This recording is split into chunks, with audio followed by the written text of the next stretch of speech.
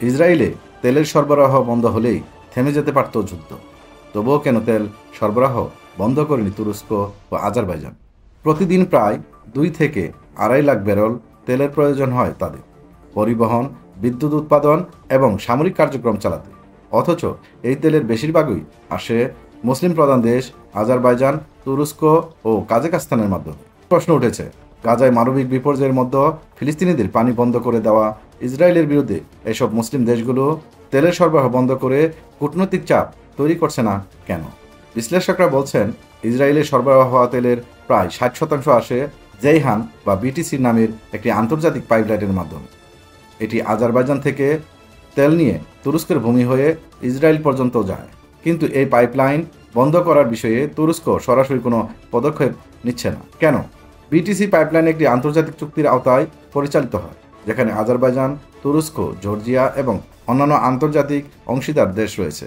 এই চুক্তি ভঙ্গ করা তুরস্কের জন্য হতে পারে আইনি এবং অর্থনৈতিক জটিলতার কারণ, যার মধ্যে রয়েছে মোটা অঙ্কের ক্ষতিপূরণ, আন্তর্জাতিক সম্পর্কের অবনতি এবং নিজের অর্থনীতিতে ধাক্কা।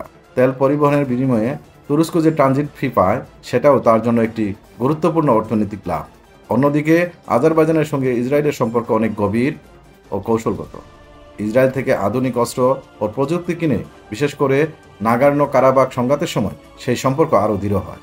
বিনিময়ে আজারবাইজান নিয়মিতভাবে তেল সরবরাহ করে আসছে ইসরায়েলকে।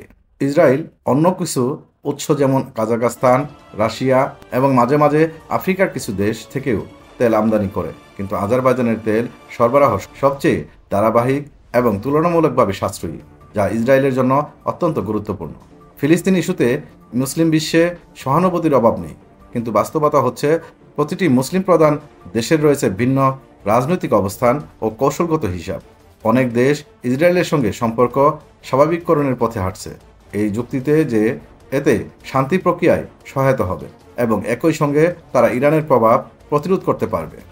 ফলে একদিকে ফিলিস্তিনের মানবিক সংকট, অন্যদিকে আন্তর্জাতিক চুক্তি, অর্থনৈতিক স্বার্থ এবং ভূ রাজনৈতিক হিসাব, এসব মিলিয়ে আজারবাইজান ও তুরস্ক ইসরায়েলে তেল সরবরাহ বন্ধ করার মতো পদক্ষেপ নিচ্ছে না।